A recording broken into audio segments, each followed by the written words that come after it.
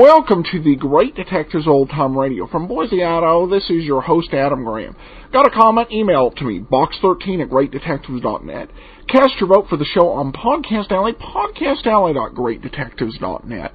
And become a fan of the show on Facebook, facebook.greatdetectives.net.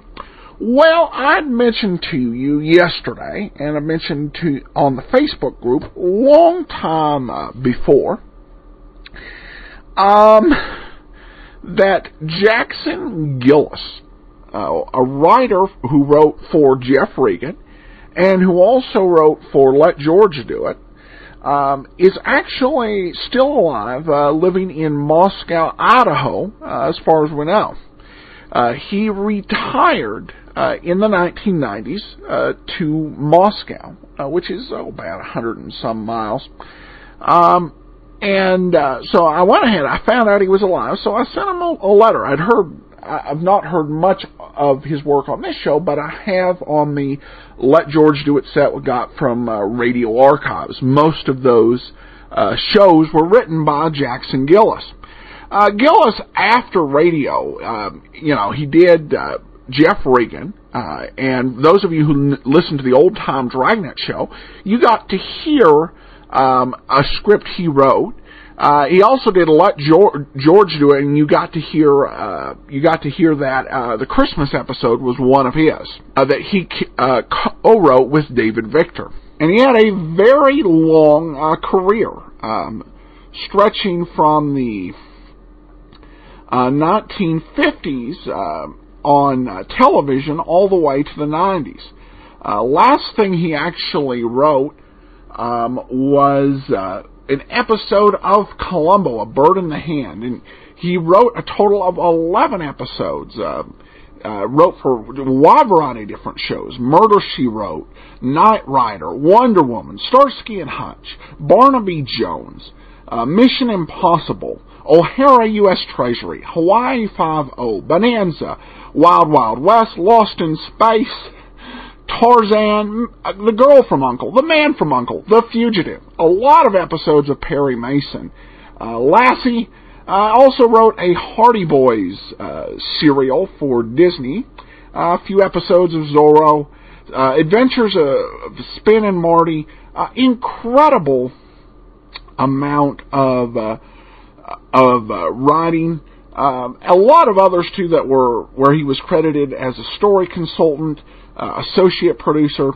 So an incredible career when he decided to retire in the mid-90s to Moscow, Idaho, which is a couple hundred miles. It's in the central part of the state of Idaho. And so I was very surprised to find out that right now at age 93, from the best information I've got, he is still alive. The last report I read on him just indicated that he was still living in Moscow, Idaho, and that was a 2008.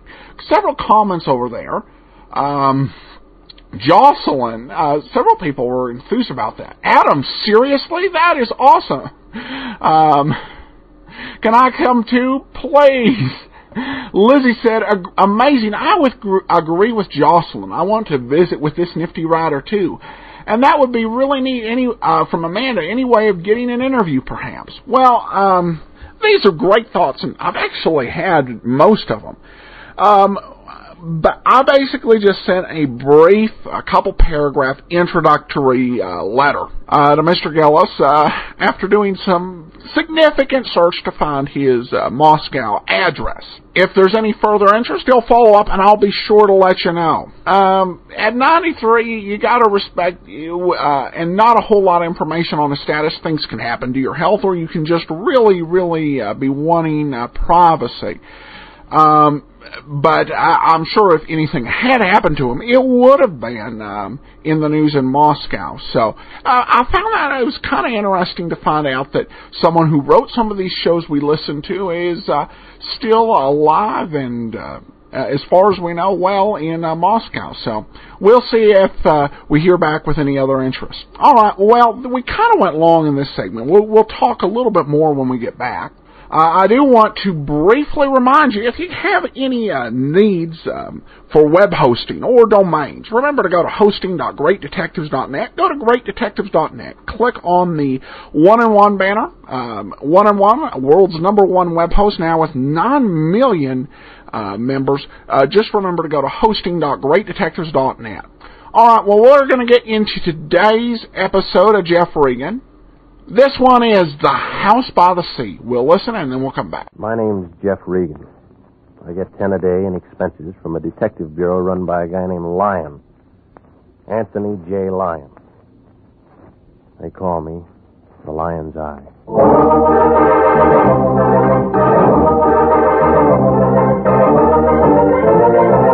With Jack Webb as Jeff Regan investigator, stand by for hard-boiled action and mystery and thrilling adventure in tonight's story of The House by the Sea.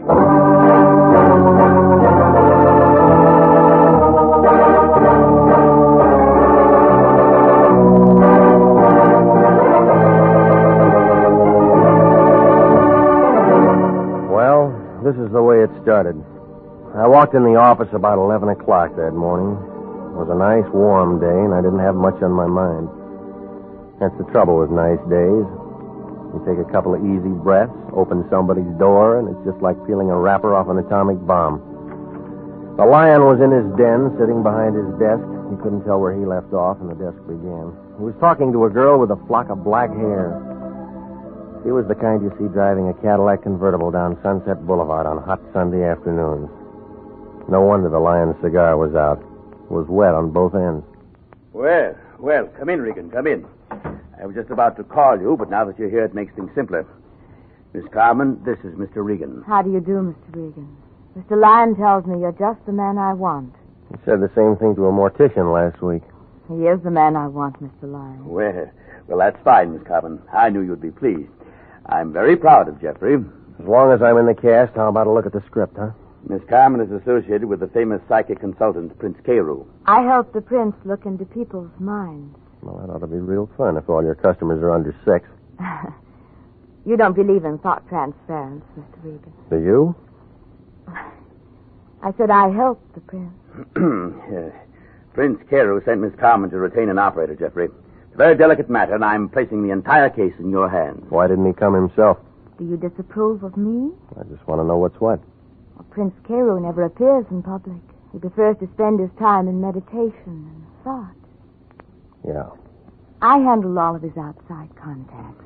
So, Jeffrey, you just drive on out to Prince Carew's home in Ocean Town with Miss Carmen and speak to the prince. What kind of a retainer did he send? How much did you get? Now, see here, Regan, we don't discuss finances in front of clients. Oh, stop it, will you? This is another blind spot. You don't know what it's all about. All you know is she waltzed in here with a check, and you'd sell your grandmother to a glue factory for $2. How do I know I won't wind up being a patsy again? Is there any way I can reassure you? Buy me a battleship. Jeffrey, have I ever involved you in anything that I wouldn't undertake myself? Have I ever knowingly imperiled your life? Yeah. Jeffrey. Come on, lady. What's it all about? You work for the guy. Well, I really don't know. He was excited this morning, called me in, gave me this address, and told me to make arrangements. He must have told you something. He never tells me anything. As you say, I just work for him. Well? All right, I'm hired. Good. Now call me, Jeffrey. Call me if you run into any trouble.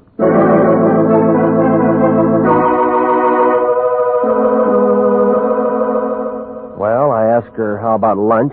She said no. I asked her about dinner. She said something that meant no, so I gave up. You know, it's like that sometimes. The flag's up, the meter's ticking, and you're not getting anywhere. But from a couple of things she told me, I got the idea she was doing more than just helping the prince read minds. Well, his place turned out to be a good hour from downtown Los Angeles, up 101. It was a couple of stories of glass and concrete leaning out over the ocean. It was high and dry and quiet up there. And you got a feeling you should be hearing things and feeling things when you looked down and saw that water banging around the bottom of the cliff.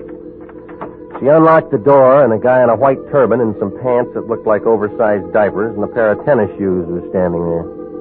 He had a big curved knife hanging around his waist, and he put his hand on it when he saw me.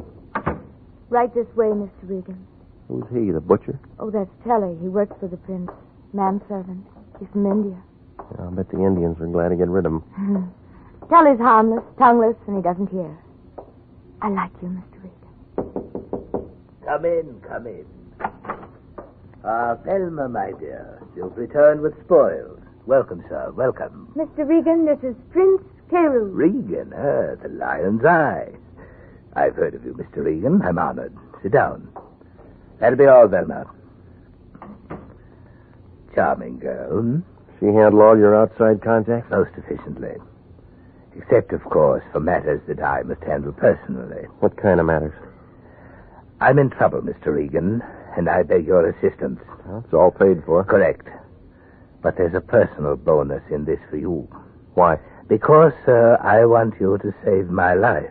You look healthy to me. I am healthy, let me assure you. But my life has been threatened. Well, that'd come under police business, wouldn't it? Normally. Didn't Miss Carmen explain that this was a delicate matter? Yeah, she did. Why didn't you call the police?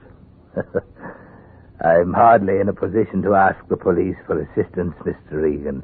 It is a delicate matter. Outside it says you're a mind reader, all right? What am I thinking now?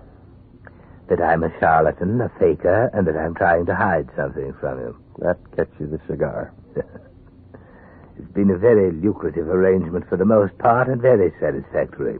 Except, of course, for the annoyance of having my life threatened. Who's the guy? It would be of no consequence if it were a man. It's a lady, Mr. Regan. A very beautiful and lovely creature. And she'd like nothing better than to see my carcass go out with the tide. Why does she want to kill you? A matter of confidence.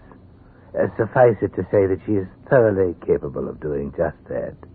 How do you know? One, she is erratic, ill-tempered, ruthless. Two, she called me this morning and told me what she intended to do. She giving you a chance to reach for your gun? To reach for you, Mr. Regan. What do you want me to do? I feel the entire matter could be settled amicably if you were to call on her. Inform her that you are my personal bodyguard and that you are here to protect my life. You think she'd go for that? I'm positive. How long you been blackmailing her? What? Well, your racket might last 6 months or a year, but not long enough to pay for a place like this. The answer's blackmail, isn't it? Okay. I should have told you. How do you do it? I can slip them into a trance. They spill a family secret or two. I push a buck that way. That's nice. If you want the minds read, I read them. $25 a brain. And shakedown. The guy's got to eat. You put the squeeze on her. She's an actress. She was in on a deal at the studios. She wouldn't shake? At first, I just told her I had to have a larger fee. Then they come out with it, cold turkey. And she said she'd blow your head off. Yeah, she's the kind. I went wrong on this one. I'm in a spot. Who is she? Grace Nichols, movie actress. Ever heard of her? Redhead. Makes you want to go home and kick your wife downstairs if you got one. That good? Better. But she means this business about pumping me. And I won't look good dead. All right, where's she live? Over in the Palisades. Here's her address. You going over there now? Yeah. Be careful. She isn't gunning for me. That isn't what I mean. There's a skinny boy there. He's nasty, no callers. Name of Tim Rogers. I'll remember that. I hope you can talk her out of it. I've been sweating. I don't want to shake her down. I just want to get a little sleep at night.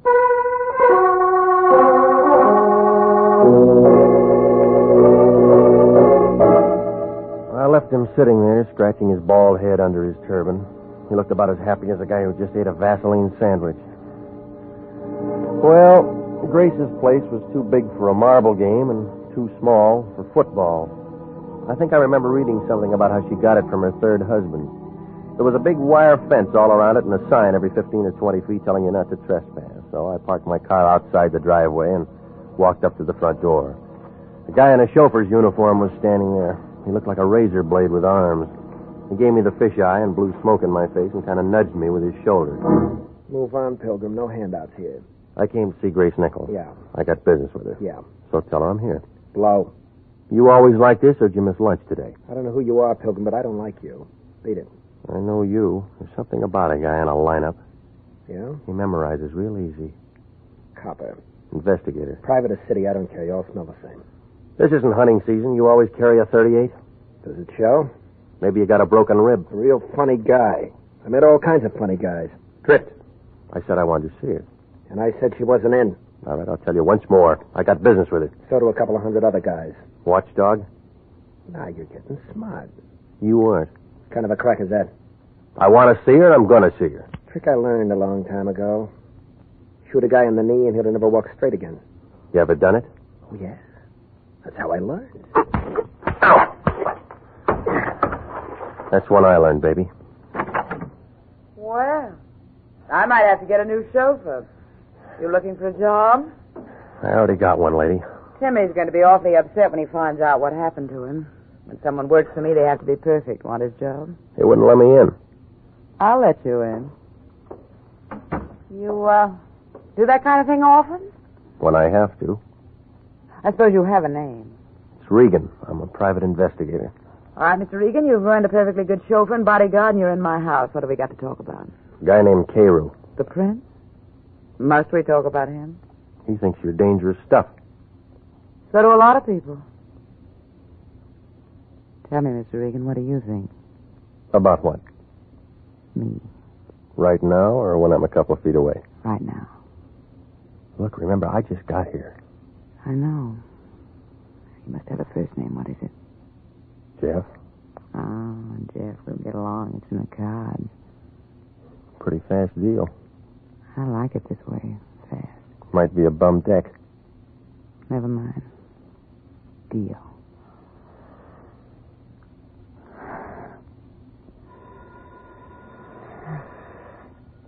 That's the bell. How much time between rounds? Well, you know me better. Hello? Yes? Yes, right here. You know a man named Lyon, Jeff? Uh-huh. He seems to be roaring. Give it to me. Yeah. Regan, is that you? Well, now, how do you figure it? Now, don't be smart. Who's the dame who answered the phone? Our client's friend. Sounds like she's a friend of yours now, or maybe you have been doing some road work. Did you have something to say, or is this the day you turned scoutmaster? I'm busy. Well, you can stop being busy, lover. It's all off. Don't tell me you're passing up a fee. I'm passing up nothing. Prince Carroll called me 10 minutes ago and told me to forget the whole thing, and that's what I'm telling you. How'd you know I was here? The prince told me, so it's all over. Finished. Forget it. I've already started something. I don't care what you've started. Now, just remember, you finish it on your own time and expense sheet. You look worried, Jeff. Anything I can do? I'm called off. You mean you're out of a job? I got one. Remember, you put my bodyguard out of commission. You owe me something. Oh, Tim, boy, he'll come around. I don't want Tim anymore. I want you. I'll get you a drink. We can talk about it. Carew told me that Tim was a pretty good boy. You can fill his shoes. Come here and get your drink. Now, tell me about 9 o'clock tonight. It'll get dark. I got a new dress. I think you'll like it. I probably would. There's a place above Malibu. We could have dinner and listen to some music. I want to be with you, Jeff. That deal's fast again. I don't care. I don't care. I just decided something, Jeff. I'm going to like being with you. I'm going to like it a lot.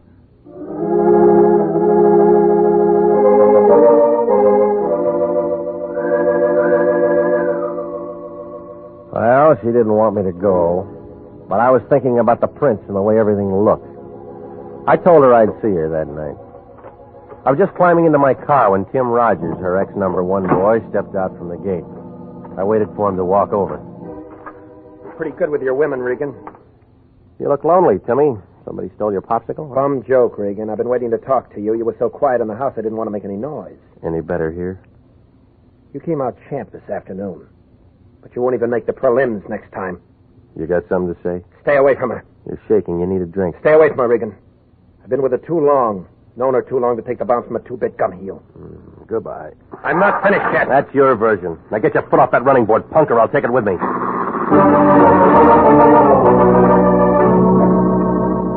I left him standing in the middle of the driveway. If I'd have waited another minute, he'd have been crying.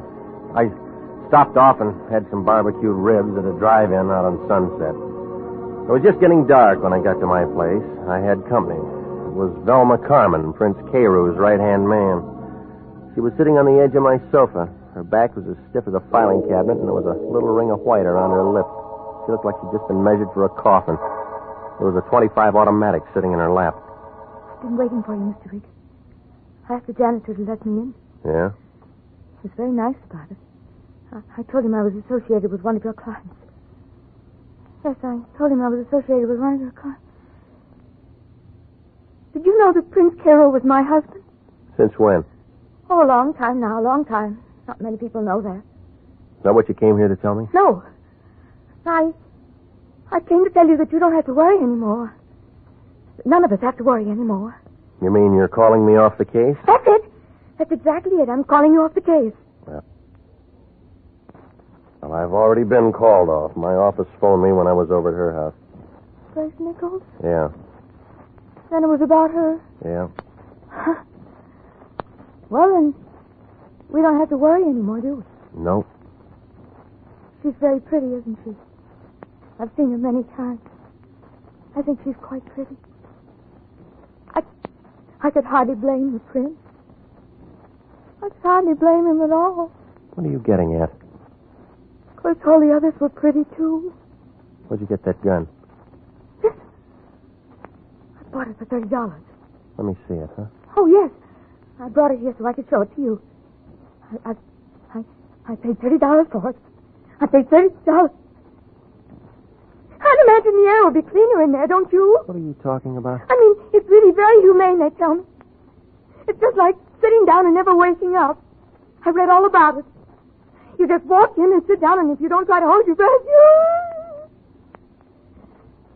you go to sleep, don't you? You've met murderers before, Mr. Regan. Do I make a good murderer? Do I make a good murderer? Stop it, will you? You trying to tell me you killed him? Oh, Mr. Regan, that's why I came here. I shot him. I walked up behind him and I put the gun close to his back and pulled the trigger. They don't make such a great deal of noise, do they? I left him sitting there in his house by the sea, and he looks very much alive. Only he isn't alive at all. Now answer me. Now answer me. Do I make a good murderer? Do I make a good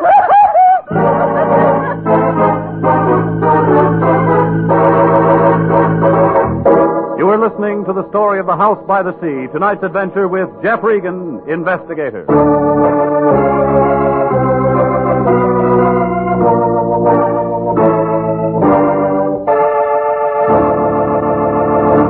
They are still available for qualified nurses. Yes, the Army Nurse Corps Reserve still has commissions available. If you are a graduate registered nurse between the ages of 21 and 45, you may be eligible for a commission in the Army Nurse Corps section of the Regular Officers Reserve. To find out if you do qualify for a commission in the Army Nurse Corps Reserve, apply to the Adjutant General, Washington, D.C. And now, back to the story of The House by the Sea and Jeff Regan, investigator.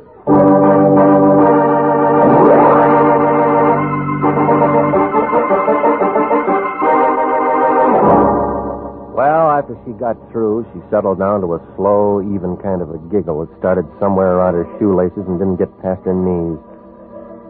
It was one of those things that gives you a feeling like somebody's standing in back of you with a red-hot iron ready to press your pants before you get them off.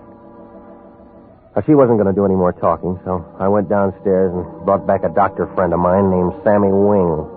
He brought his little black bag with him and gave her a shot of something. She wilted like last night's orchid and went to sleep on my couch. Sammy began talking. Some playmate. Wish I'd have been here for the party. I had 4 appendectomies and 1 broken leg today. So dull life. How is she? You know her better than me. No, she's going to be all right. Well, she'll wake up in 5 or 6 hours. I want some water. And then what? She might ask you what happened, or it might start all over again, whatever it was. By the way, what was it? Well, I found her here when I got home. I should find something like this. She said she killed an ex-client of mine.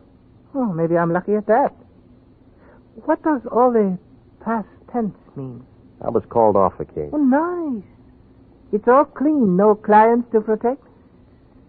Is there a corpse someplace? I don't know, Sammy. Call the police, they'll find out. And then you and me can go out and get a drink. She said she used this gun. Smell it, Sammy. It hasn't been fired. Safety catch is still on. She's pretty and she's nice, and I'll bet she looks like $1 million in a bathing suit. But if I'd have met her within the last 3 hours, I'd have run for help. Call the police. Is that professional? This is acute hysteria. The kind that pops off guns and pops off people, and there's a lot of things they can't remember later on. Call the police. What about the gun? Other guns. Call the coroner while you're at it. Tell him to go out there with some DOA forms. He'll use them. Will you stay here with her till I get back? Corpse hunt? Just an idea. Hitler had an idea. The odds were against him. You got about as much chance as a three-legged horse in the Kentucky Derby. She's bit somebody, and she's told you about it. I want to make sure. What do they do when a private eye walks in and messes up a nice, clean murder? Sammy, will you stay? Got any bourbon around here? Yeah. Okay, take your time. Maybe both of us will get our pictures in the paper.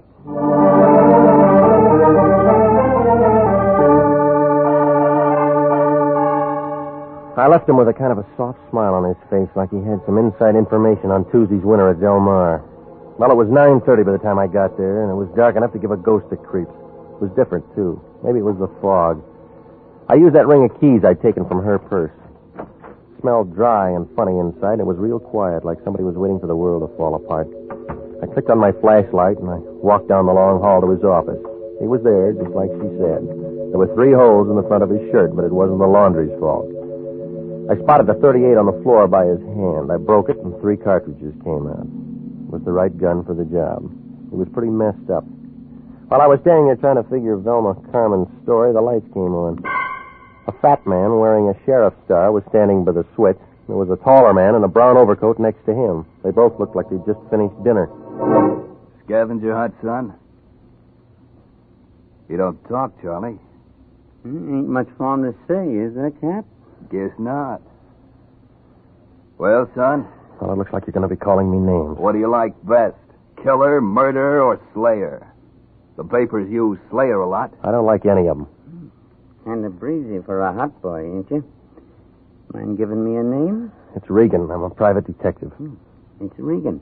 He's a private detective, Cap. Yeah. Got a card or something with you, son? Yeah. Yeah, he's right. With International. Lyon still there? Yep. Who's that? An old bum I used to know. Regan, why do you go around killing people? The Lion will be mad. Look, this is a fix. Now, why do you want to say a thing like that? Somebody tip you? Phone call a little while ago. Huh? Funny kind of a voice, a whisper. Said we'd find a stiff up here, but didn't say we'd find you. You're extra. Look, I just came here to see what it was all about. Same thing we did. Only we come up with a suspect and a corpse. No cop could ask for anything better. Charlie, better call a coroner. Oceantown's just a small place, Regan. Only me and Charlie around. We borrow from the county when we get something like this. I can find you a real answer in an hour. You let me and Charlie worry about that. You look good enough for the time being. All right, son. Let's go. I had as much chance as an elephant in a tea room, and if those two locked me up and booked me. So I leaned back into his gun and spun around and knocked his wrist down. He pulled the trigger, so that time I flicked the light switch and was out the door. I didn't run for my car. I cut across the driveway and doubled back up the hill. I could hear him yelling and shooting out in the dark.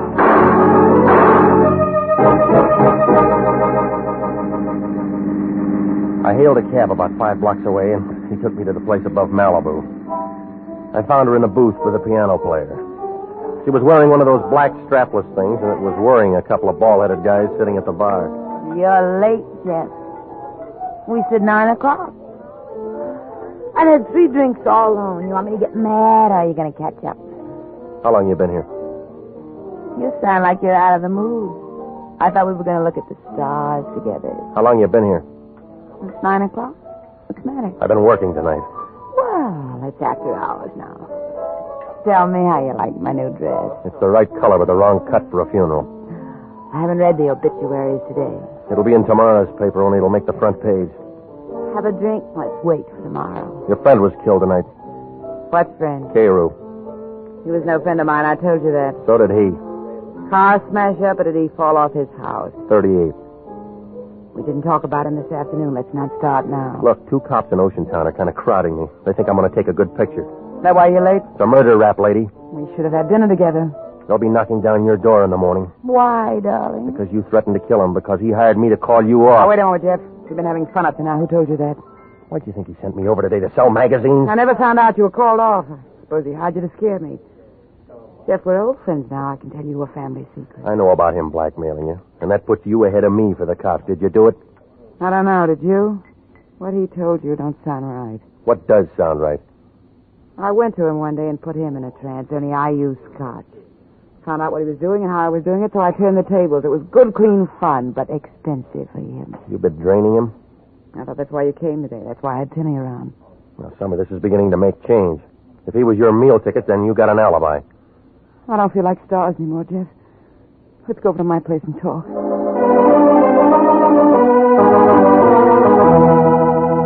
On the way over, she didn't have much to say, and I couldn't think of anything. I was all too mixed up. If she'd really been shaking him down, then she figured out. And the girl back in my apartment figured in. Only she had the wrong gun. And then there was a little business that I'd have to explain with the Oceantown cops. Well, when we turned in the driveway, I stopped figuring. Tim Rogers, the man with the guns, was there, standing on the porch. Oh, gorgeous. I've been waiting to see you. You're home late. I thought I fired you. Still tramping with this tramp, huh? I thought you'd be sick of him by now. For once, I'm glad to see you, Tim boy. That sounds cozy, but I don't want to see you. I know where your 38 is. You're wrong. It's her 38. And it's got her prints on it. Jeff, he's making it look bad for me. Ask him what he's doing here, will you? Just in for a showdown, Angel. You're tagged for his murder. They'll want you. I fixed it good. I can fix it so you can get away. How? A friend of mine shoving off at Pedro. 4 o'clock. To go all over the world. Jeff, if all of this is straight, I'm in a spot. Relax. This guy never did anything right. Tell me how I'm wrong. All right, that tip to the Oceantown cops was wrong. Trying to pile up a scare on me was wrong. Killing Cairo was wrong, and this clinches it. Yeah? Well, that's where you're twisted, Pilgrim. I got a warrant out for you right now. Plugging a murder suspect is something they'll thank me for. You said her prints were on that gun? They'll find that out in the morning. And how was I to know? Just happened to hear on the radio they were looking for you tonight. I see you, I plug you. Everybody will be sorry, but it'll be manslaughter and suspended. I worked it once in Toledo. What do you say, Angel? Do I plug him and meet you somewhere in 2 weeks? Let me have a smoke. Let me think it over. Sure. Sure, go ahead. Angel.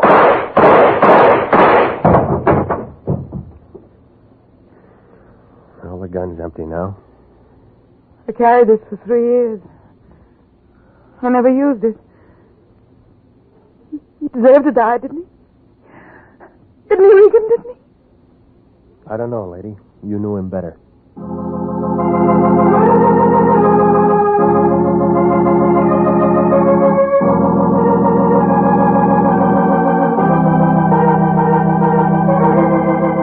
Well, it unwound like red thread in the Levi factory. Grace Nichols had been putting the shake on the prints. He got tired of it and called me in and told me his phony stories, though he'd have a good self-defense angle when he finally got around to shooting her some afternoon. He had Tim planted there to keep me from really seeing her. Oh, it was a nice idea, only I bounced Tim and got inside. And then Tim made a phone call and the Lyon jerked me before I had a chance to compare notes with her. I guess Tim went kind of crazy, seeing how well we got along together, and he figured Grace would do anything if she was wanted for murder. So he killed the prince and made her the patsy with those fingerprints. She'd handled the gun before, see. But then I had my caller, Velma Carmen, the prince's wife. She went kind of crazy, too, when she walked in and found him dead. It took 3 doctors a couple of weeks to tell her what really happened. When I told it all to the Lion, he was mad at first, but then he saw Grace Nichols' picture in the paper. He asked just one question.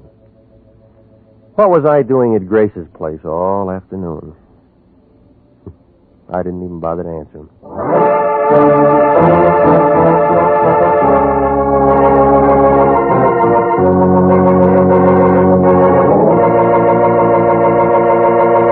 Jack Webb is featured as Jeff Regan with Wilms Herbert as Anthony J. Lyon. It's CBS same time next week for hard-boiled action and mystery with Jeff Regan, Investigator.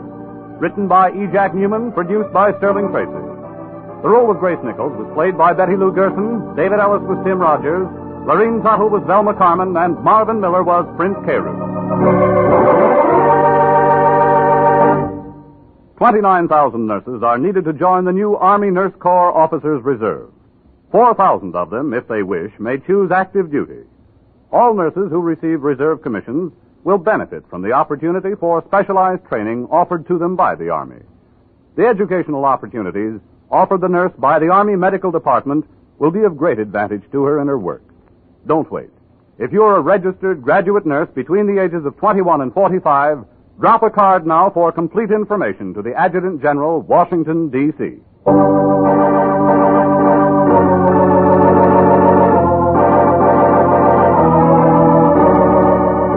Original music for this program is by Dick Arant. Jeff Regan, Investigator, is heard every Saturday at 9:30 over CBS. Bob Stevenson speaking. This is CBS, the Columbia Broadcasting System.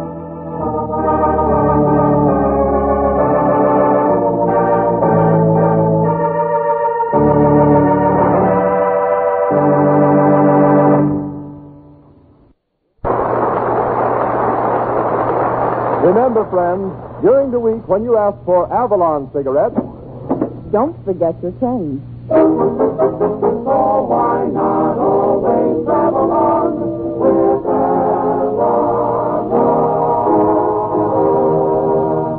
Yes, you'd never guess, but Avalon costs only 10 cents plus city or state tax.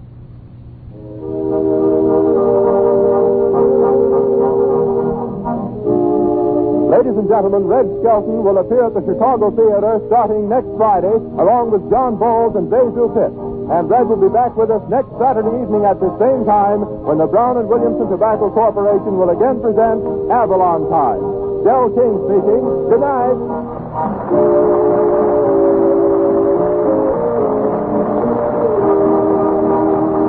Avalon Time has come to you from our Chicago studio.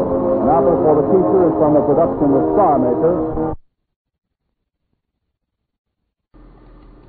Welcome back. Well, you gotta say this for the Lyon. He tends to, I guess with lower prices, tends to attract some lower mental stability clients.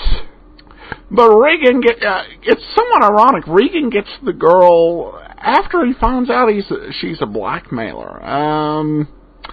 Would not be, and she thinks blackmail's fun. So, I question his taste somewhat, even though it's kind of different for him to actually end up getting the girl. All right, well, we have some more comments, and I wanted to go ahead and we've got a couple fairly long comments from listeners. I'm going to hold those back for just a moment. I think I'll actually hold those for tomorrow, because we tend to have a little less on Let George Do It. And I was thinking about the writers on the show, just kind of because of the Jackson Gillis thing, to kind of talk about who these are, because these tend to be the people who consistently had an influence on not only radio but television for decades. And a lot of these people crossed over. One of them was E. Jack Newman. We've talked a little bit about his radio writing credits, which are quite incredible. He did Yours Truly, Johnny Dollar, several episodes of that. He did some Sam Spade, Richard Diamond, some Suspense, some Escape, even some Dr. Kildare, which kind of surprised me. The Whistler, on stage, just a wide variety, amazing variety of programs written. He also went to television, and there he E. Jack Newman wrote the first teleplay, bringing Philip Marlowe to television in 1954, when he wrote for Dick Powell in an episode of Climax, adapting The Long Goodbye to television. Over the course of his television career, he wrote for Police Story, was probably his most famous work, but he also won a total of 3 Edgar Awards and got nominated for another. The one he got nominated for was the episode of Climax he wrote. So a wide variety of different movies, very long career, influential. And we'll talk a little more tomorrow about David, Victor, and Herbert Little Jr., what their careers were like. Because I kind of want us to, I'll just talk a little bit about the writers, because I think they're important, and that's not just because I am one and I'm the president of a local writers group, but they're really the ones who come up with a lot of these amazing ideas that keep the story so fresh. Because if you, I think everybody has seen a movie where they've just got a great actor in it, but you watch it and you go, this was just such a waste of good talent and good potential. Now, without good writing, it doesn't come together. And we've talked a lot about the different actors, but I want to get a little more on the writers, so we'll talk about that in the next couple of days. And we got a couple more comments I'm going to hold over for tomorrow. I will, however, get to an email here. Lance emails in. I was wondering if my favorite brunette regarding a movie idea was available in the public domain. It's a great spoof of the hard-boiled genre with Bob Hope. And the answer to that is yes, that is in the public domain. I'm going to watch it, see what I think of it. It's a fascinating idea, great cast, and I'll see what I think of the execution and how it goes. But I'm looking at that. I'm thinking about doing that in a couple of months. Next month, we're going to go back to the Rathbone Bruce Sherlock Holmes films for Terror by Night. But then maybe next month, maybe the month after that, in July, we might do that. He says, I'd also like to cast my vote for Casey Crime Photographer and the Fat Man to be added to the list of future shows. Keep up the good work. Thanks, Lance. They're both on it. And finally, I want to just welcome Valerie on as a premium subscriber. Thanks so much for your support of the program, and we will get that added. All right, well, that's it for this week's show. Jeff Regan. We'll be back tomorrow with Let George Do It. Got any comments? Email me, box13@greatdetectives.net. Cast your vote for the show on Podcast Alley, podcastalley.greatdetectives.net. And you can always call me. Call me if you run into trouble, 208-991-4783. From Boise, Idaho, this is your host, Adam Graham, signing off.